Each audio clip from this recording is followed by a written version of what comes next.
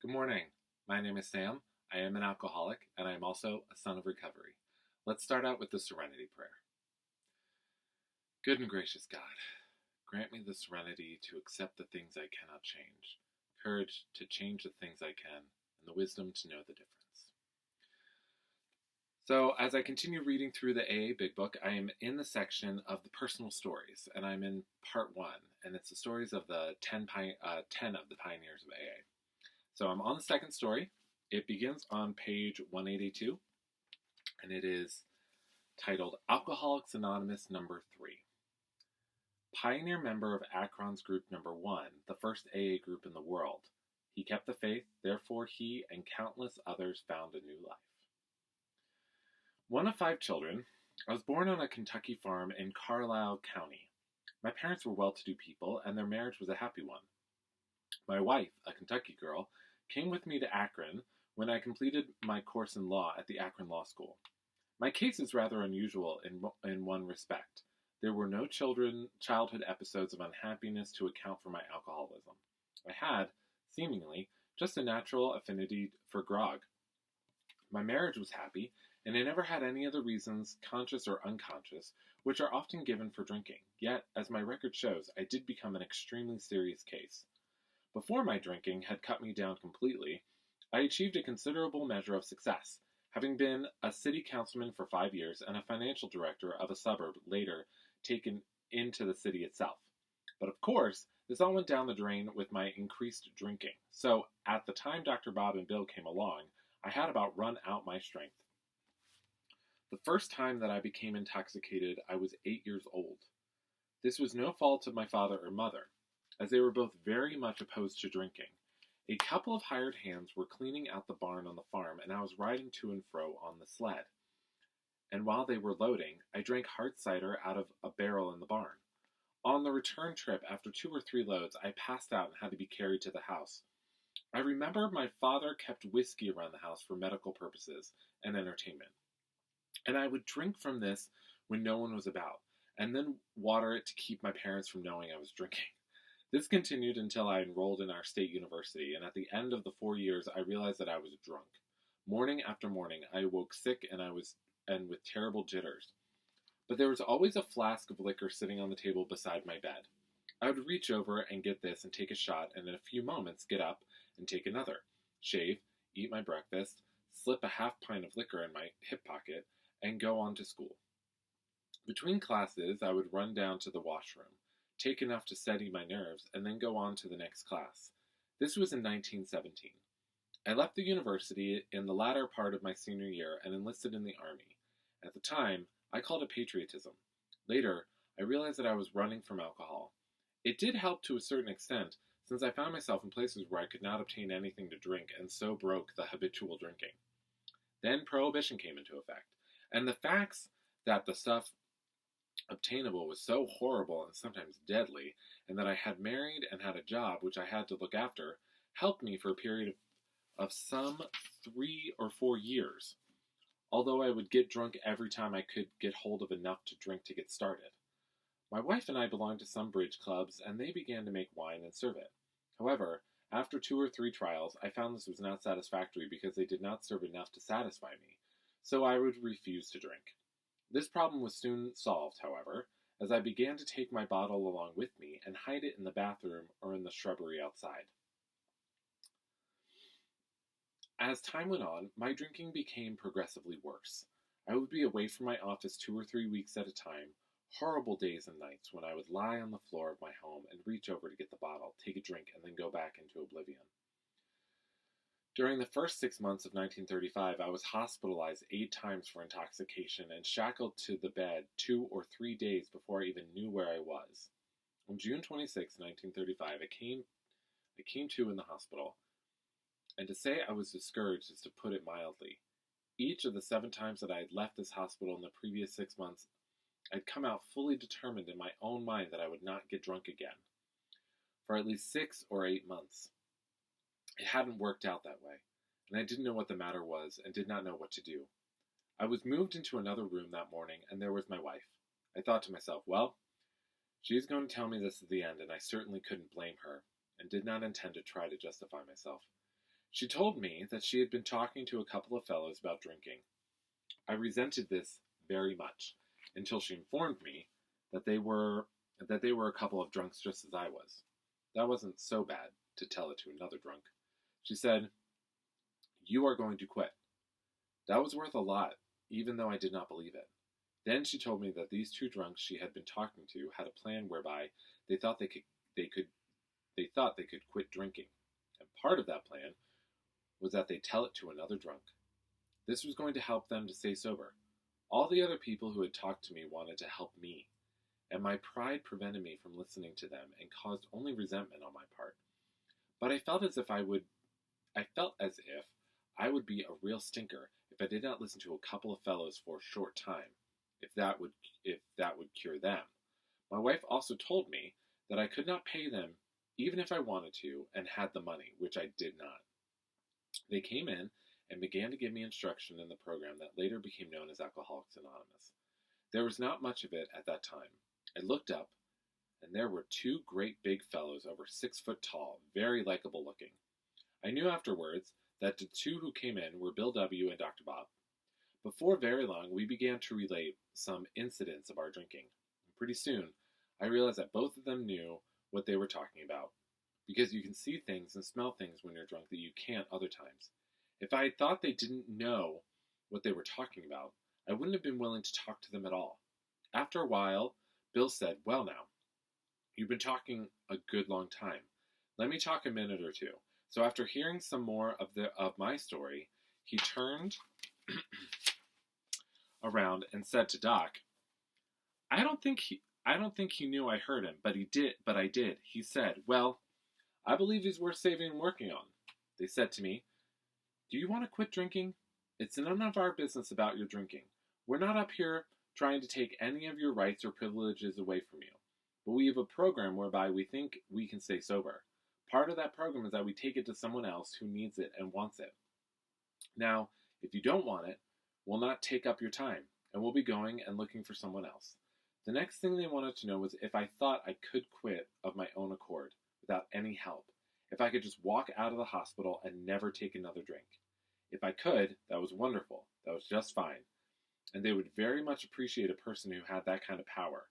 But they were looking for a man who knew he had a problem, and knew he couldn't handle it himself, and needed outside help.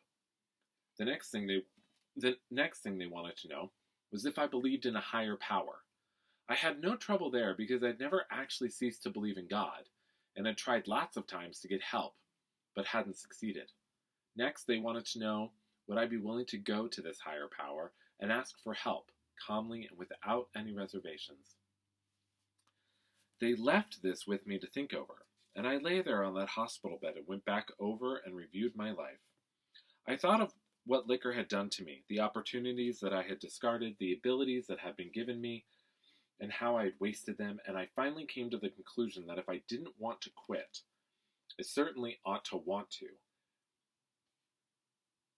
and that I was willing to do anything in the world to stop drinking.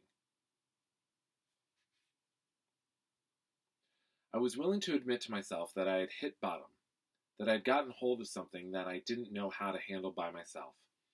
So after reviewing these things and realizing what liquor had cost me, I went to this higher power that, to me, was God, without any reservation, and admitted that I was completely powerless over alcohol, and that I was willing to do anything in the world to get rid of the problem. In fact, I admitted that from then on I was willing to let God take over instead of me. Each day I would try to find out what His will was, and try to follow that, rather than trying to get Him to always agree that the things I thought up for myself were the things best for me. So when they came back, I told them. One of the fellows, I think it was Doc, said, "Well, you want to quit?" I said, "Yes, Doc. I would like to quit, at least for 5, 6, or 8 months until I get things straightened up, and begin to get the respect of my wife and some other people back, and get my finances fixed up, and so on." And they both laughed very heartily and said, "That's better than you've been doing, isn't it?" Which of course was true. They said, "We've got some bad news for you. It was bad news for us, and it will probably be bad news for you. Whether you quit 6 days, months, or years, if you go out and take a drink or two, you'll end up in the hospital tied down, just like you have been in these past 6 months. You are an alcoholic. As far as I know, that was the first time I'd ever paid any attention to that word. I figured I was just a drunk. And they said, no, you have a disease. And it doesn't make any difference how long you do without it. After a drink or two, you'll end up just like you are now. That certainly was a real disheartening news at the time. The next question they asked was, you can quit 24 hours, can't you? I said, sure, yes. Anybody can do that for 24 hours. They said, that's what we're talking about. Just 24 hours at a time. That sure did take a load off my mind. Every time I'd start thinking about drinking, I would think of the long, dry years ahead without having a drink. But this idea of 24 hours, that it was up to me from then on, was a lot of help. At this point, the editors intrude just long enough to supplement Bill D's account, that of the man on the bed, with that of Bill W., the man who sat by the side of the bed. Says Bill W., 19 years ago last summer, Dr. Bob and I saw him, Bill D., for the first time. Bill lay on his bed and looked at us in wonder. 2 days before this, Dr. Bob had said to me, if you and I are going to stay sober, we'd better get busy. Straightway, Bob called Akron City Hospital and asked for the nurse on the receiving ward. He explained that he and a man from New York had a cure for alcoholism. Did she have an alcoholic consumer on whom it could be tried? Knowing Bob of old, she jokingly replied, well, doctor, I suppose you've already tried it yourself. Yes. She did have a customer, a dandy. He had just arrived in DTs, had blacked the eyes of 2 nurses, and now they had him strapped down tight. Would this one do? After prescribing medicines, Dr. Bob ordered, put him in a private room. We'll be down as soon as he clears up. Bill didn't seem to be impressed. Looking sadder than ever, he warily ventured, well, this is wonderful for you fellows, but it can't be for me. My case is so terrible that I'm scared to go out of the hospital at all. You don't have to sell me religion, either. I was at one time a deacon in the church, and I still believe in God, but I guess he doesn't believe much in me. Then Dr. Bob said, well, Bill, maybe you'll feel better tomorrow. Would you like to see us again? Sure I would, replied Bill. Maybe it won't do any good, but I'd like to see you both anyhow. You certainly know what you're talking about. Looking in later, we found Bill with his wife Henrietta. Eagerly, he pointed to us, saying, these are the fellows I told you about. They are the ones who understand. Bill then related how he had lain awake nearly all night, down in the pit of his depression. New hope had somehow been born. The thought flashed through his mind. If they can do it, I can do it. Over and over he said this to himself. Finally, out of his hope, there burst conviction. Now he was sure. Then came a great joy. At length, peace stole over him, and he slept. Before our visit was over, Bill suddenly turned to his wife and said, go, fetch my clothes, dear. We're going to get up and get out of here. Bill D walked out of that hospital a free man, never to drink again. AA's #1 group dates from that very day. And now we continue with Bill D's story. It was in the next 2 or 3 days after I had first met Doc and Bill that I finally came to a decision to turn my will over to God and to go along with this program the best I could.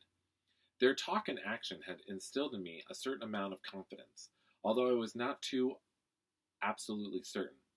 I wasn't afraid that the program wouldn't work, but I was still doubtful whether I would be able to hang on to the program. But I did come to the conclusion that I was willing to put everything I had into it, with God's power, and that I wanted to do just that. As soon as I had done that, I did feel a great release. I knew that I had a helper whom I could rely upon, who wouldn't fail me. If I could stick to him and listen, I would make it. I remember when the boys came back, I told them, I've gone to this higher power, and I've told him that I'm willing to put his word first above everything. I've already done it, and I'm willing to do it again, here in the presence of you, or I'm willing to say it in any place, anywhere in the world from now on, and not be ashamed of it. And this certainly gave me a lot of confidence and seemed to take a lot of the burden off me. I remember telling them that it was going to be awfully tough because I did some other things, smoked cigarettes and played penny and poker, and sometimes bet on the horse races. And they said, don't you think you're having more trouble with this drinking than with anything else at the present time? Don't you believe that you're going to have all you can do to get rid of that? Yes, I said reluctantly, I probably will. They said, let's forget about the other things, that is, trying to eliminate them all at once, and concentrate on the drink. Of course, we talked over quite a number of the failings that I had, and made a sort of inventory, which wasn't too difficult, because I had an awful lot of things wrong that were very apparent to me. Then they said, there is one other thing. You should go out and take this program to somebody else who needs it and wants it. Of course, by this time, my business was practically non-existent. I didn't have any. Naturally, for quite a time, I wasn't too well physically either. It took me a year or year and a half to get to feeling physically well. And it was rather tough, but I soon found folks whose friendship I had once had, and I found after I had been sober for quite some little time, that these people began to act like they had in previous years, before I'd gotten so bad, so that I didn't pay too awful much attention to financial gains. I spent most of my time trying to get back these friendships and to make some recompense toward my wife, whom I had hurt a lot. It would be hard to estimate how much AA has done for me. I really wanted the program, and I wanted to go along with it. I noticed that the others seemed to have such a release, a happiness, something that I thought a person ought to have. I was trying to find the answer. I knew there was even more, something that I hadn't got. And I remember one day, a week or two after I'd come out of the hospital, Bill was at my house talking to my wife and me. We were eating lunch and I was listening and trying to find out why they had this release that they seemed to have. Bill looked across at my wife and said to her, Henrietta, the Lord has been so wonderful to me, curing me of this terrible disease that I just want to keep talking about it and telling people. I thought, I think I have the answer. Bill was very, very grateful that he had been released from this terrible thing, and he had given God the credit for having done it. And he's so grateful about it, he wants to tell other people about it. That sentence, the Lord has been so wonderful to me, curing me of this terrible disease, that I just want to keep telling people about it, has been a sort of golden text for the AA program and for me. Of course, as time went on, I began to get my health back and began to be so I didn't have to hide from people all the time. It's just been wonderful. I still go to meetings because I like to go. I meet the people that I like to talk to. Another reason that I go is that I'm still grateful for the good years that I've had. I'm so grateful for both the program and the people in it that I still want to go. And then probably the most wonderful thing that I've learned from the program, I've seen this in the AA grapevine a lot of times, and I've had people say it to me personally, and I've heard people get up in the meetings and say it, is this statement.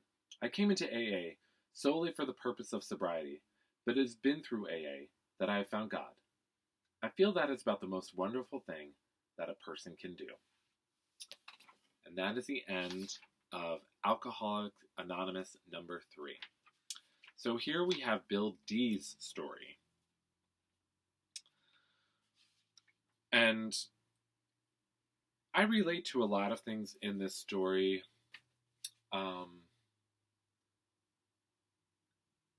Especially looking back on my childhood and my family life, there are definitely things that I resented. It wasn't perfect, but there were a lot of wonderful things in my childhood. And my parents are amazing people. And my sisters are amazing people. And my aunts and uncles and cousins are amazing people. And there wasn't anything that I look back on too terribly. But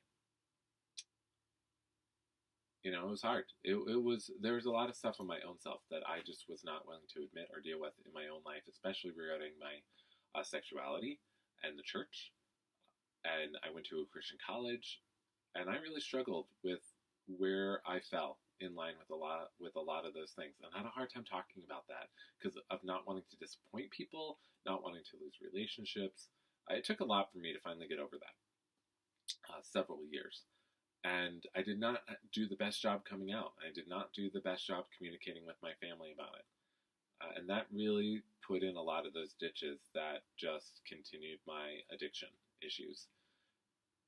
But the part I relate to, and there are things in this that I absolutely love. One of the things is I never felt like God turned his back on me. I felt like I turned my back on God and just stopped listening. He did talk about that with himself. I still believe in God, but I guess he doesn't believe much in me. So there's a little bit of difference there. I always felt God believed in me. I believed in God. I just wasn't listening. I was being too loud in my own life to let the voice in and to let what He wanted me to hear come in.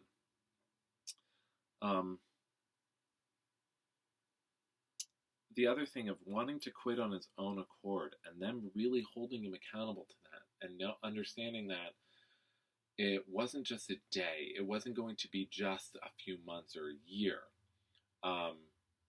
There wasn't a time frame that it was going to be, okay, now you've built all this up and you can start drinking again. I love how they're like, there's bad news. Like, it's not going to be possible. And it's not possible. At least for me, it definitely wasn't possible. But they said, all we're asking is 24 hours. Do it for 24 hours, and do it for another 24 hours, and do it for another 24 hours. And it's not going to, there are times where it's not going to get easier. There are times where it will be difficult, but happiness and joy are possible in this program.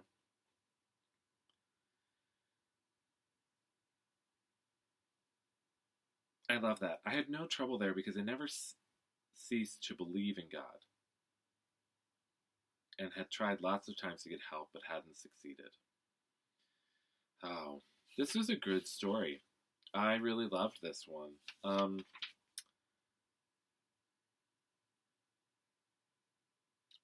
The other part of this that I love is when he said, I have to look at these other things too in my life. The smoking, the racetracks, and they said, let's just focus on this one thing. And I found that when I really did just focus on my sobriety, that the other things actually started to fall away. I also smoked, and that fell away. I started to focus my energy on other items, such as being in church, which was wonderful for me, or being in whatever religious institute you want to be a part of again. I started devoting more time to reading, more time to playing the piano, more time to knitting, hiking, going outside, exercise. I started to exercise so much more after a few months because I just started to feel better. I love how he said it took almost a year. That was really true for me. It took almost a year for me to really start to physically feel better. Obviously, there was a good weight loss, but the physical, like wanting to physically move my body again, wanting to be outside, wanting to do stuff suddenly started coming back. And that was wonderful. So there's a lot I relate to with this story, and I love that it's the second one, that they have Dr. Bob, and now they have Bill D. So I'm looking forward to the next story of gratitude in action. So that will be tomorrow. Thank you all again for joining me. Blessings and PLC.